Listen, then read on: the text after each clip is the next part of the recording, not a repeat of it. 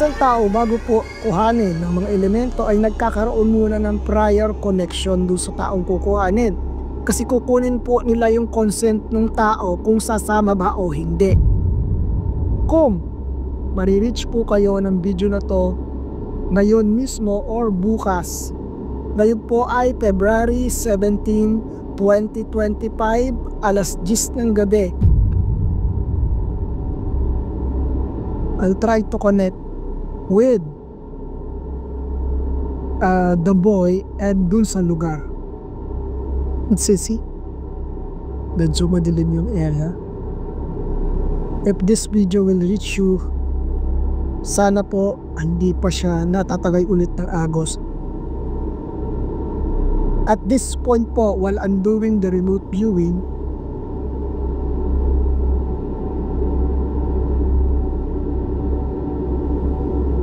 I'm picking up a sense niya na nasa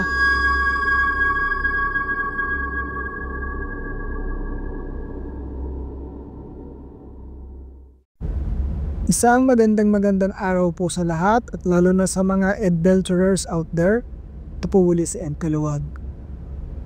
Ito po mga nakakaraang linggo ay dagsa po yung mga mensahe na tatanggap namin sa aking personal Facebook account, sa aming YouTube channel, sa aming FB page, and maging sa TikTok account ko po. Napakarami po yung messages tungkol dun sa nawawalang bata sa Aklan. At ano po yung sinasabi nila, Sir Ed, sana makarating kayo ng Aklan at matulungan niyo po yung pamilya ng nalulung na bata. Sir Ed, sana kayo naman, try nyo naman pong hanapin yung nawawalang bata sa Aklan.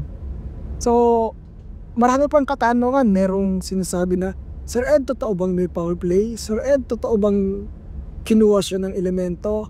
Lahat po yan ay dumating sa amin. So, at dahil po dyan, narito po ako para kahit papano ibigay ko po yung side ko at subukan na alamin kung ano yung posible kong makita sa nawawalang bata na si Jorus Flores.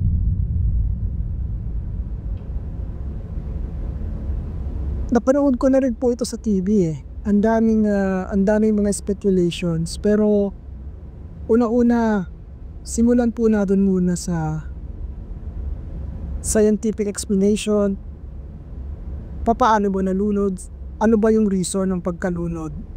Kasi kung titingnan po natin yung structure ng lugar o yung paligid, nakita naman natin na medyo malalim yung ilog at yung current niya, possible iba yung current sa ibabaw, iba yung current sa ilalim. So hindi po imposible yung pagkalunod. Pangalawa, lagay din po natin yung senaryo na kung ikaw ay lumusom sa ganung tubig at malamig, possibility na pulikatin ka. So yun po yung mga scientific and medical side. So dumako naman po tayo doon sa tinatawag nating mystical side. Ayon dun sa iba, may mga nakita ako nagtatawas. Totoo po, hindi po ako against na nagtatawas, kasi ang pantatawas po is another form of divination. Ginagamit po talaga ito para mahanap. At hindi ko rin po sinasabing mali yung nakita nila sa tawas. Bakit po?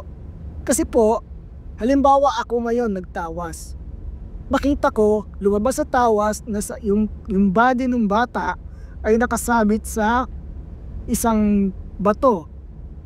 Yun po ay ngayon, na yung the moment na tinawas ko siya. Pero posibleng bukas wala na siya doon, kasi nga po yung current naman po hindi tumitigil, tuloy-tuloy yan. At any given moment, pwedeng biglang lumakas yung daloy ng tubig sa ilalim at pwedeng ma-wash out po ulit ito.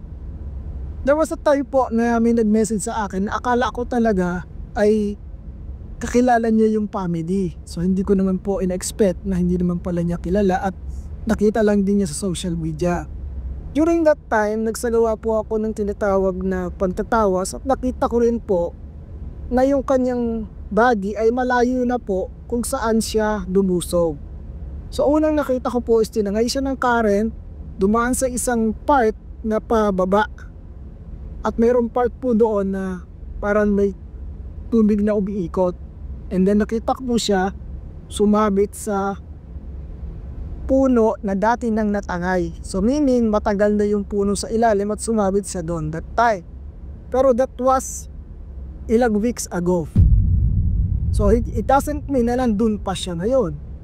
Kasi mukhang yung nakita ko siya sa TV, yung area na nakita ko dun sa aking visions, yung tinignan ko, ay nadaanan naman ng mga rescuer at wala ko doon. So yun po yung sinasabi ko. So hindi ko po sinasabing mali yung mga nagtatawas o yung mga nagpupunta doon na ano. Ngayon, yung paraan po kung paano ito hinahanap. Marami pong way. Kung ikaw po ay isang psychic, hindi tayo pwedeng mag-stick lang sa isang pamamaraan. Unang-una, yung paggamit ng cards, ako gumagamit po ako ng tarot card kasi I do tarot reading po. Ang sa tarot reading, ang cartomancy is another form of divination. Ang problema natin, the tarot can give you information only at hindi yung physical na area. Hindi po maituturo ng card yung physical na lugar. Hindi niya masasabi na may puno dito, may ganun dito. Hindi po, unless kung ikaw ay psychic at ikaw mismo yung nasa lugar, you have to do the what we call grounding and do the remote viewing process. Ano po yung remote viewing? Dahil nando ka na sa lugar, you can touch the ground, you can touch the water, and let your psychic ability do the rest. Pwede kang sumabay dun sa tubig at alamin mo kung saan siya napunta. Yun po yung remote viewing. At sa remote viewing, astrally, nakikita mo yon nangyayari. Yun. Paano mangyayari? Paano ginagawa yon? Kasi for example, ngayon nandito ako. Nandito po ako sa Bulacan. Wala kasi akong hawak na anumang gamit na pagmamay-ari ng bata. The only thing I have is the picture. Pero I'll try. Ngayon, paki-comment po if ever mapanood nyo yung video na to. Hindi pa po ako nakakarating ng Aklan. Never kong alam yung lugar ninyo. Pero I'll try my best kung ano yung makikita ko tungkol sa ilog, and give me a comment po kung nade-exist yung area na nakikita ko. Okay, let's do a short remote viewing process. And this is how it goes. Okay, kung ikaw ay remote viewer, kailangan mo ng conduit or yung connection. And the only thing I have is yung picture. So using this picture, I'll try to connect with the boy and dun sa lugar.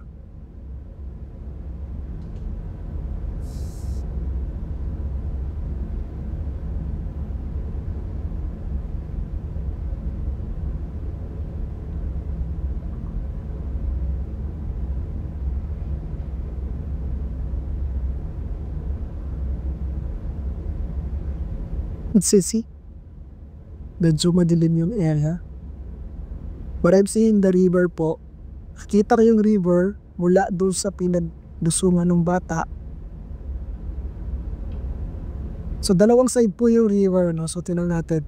Yung kung dito nanggaling po yung bata. So medyo malayo. Tapos siguro mga ilang meters away, let's say, gamitin po nating reference yung pagitan ng poste. So mula doon sa nilusungan niya, 1, 2, 3, at least mga 3 poste po yung pagitan, nagkakaroon ng slope pababa yung daling ng tubig. And then we'll add another 3 to 5 na pagitan po ulit ng poste. Nagsasanga po yung river. Nagsanga po siya ng right, and then malaki yung liko ng right, and then merong Y na liko pa ganyan. Letter Y po papunta sa left.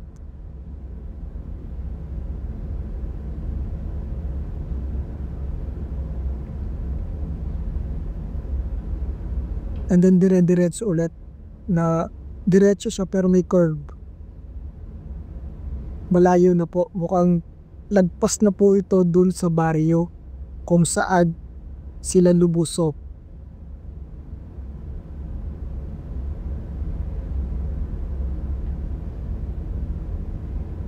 I'll try to see a point of reference mula sa ibabaw. Okay.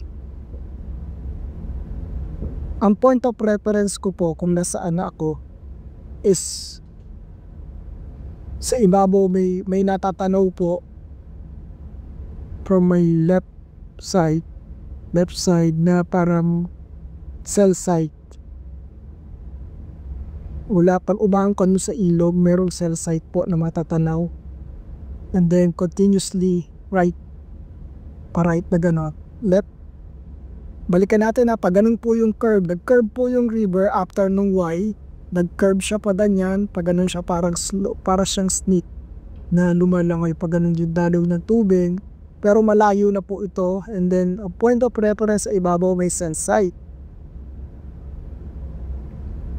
At this point po, while I'm doing the remote viewing,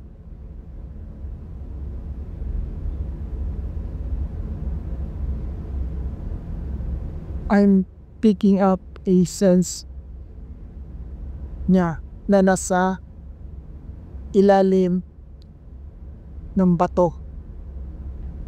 Basta ang point of reference ko sa ibabaw ay may natatanaw na sensay. And then mayroong sa gawing kanan naman, para may kalsada po. Medyo malayo pero may kalsada.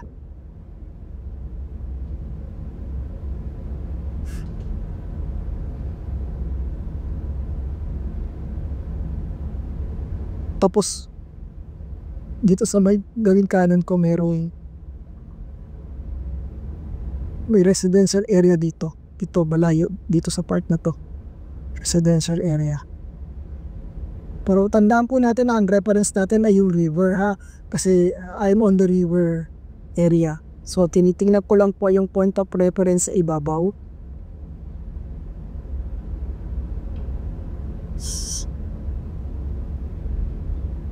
Okay. Possibility if this video will reach you, sana po hindi pa siya natatagay ulit ng agos nandun sa may ilalim ng bato, gawing right ng river na mayroong I don't know, may patay na puno sa ibabaw sa may itaas. May patay na puno po. Then sa tapat nun sa ilalim mayroong bato. It's not that big pero mayroon siyang nakagano, naka-curve na pagano.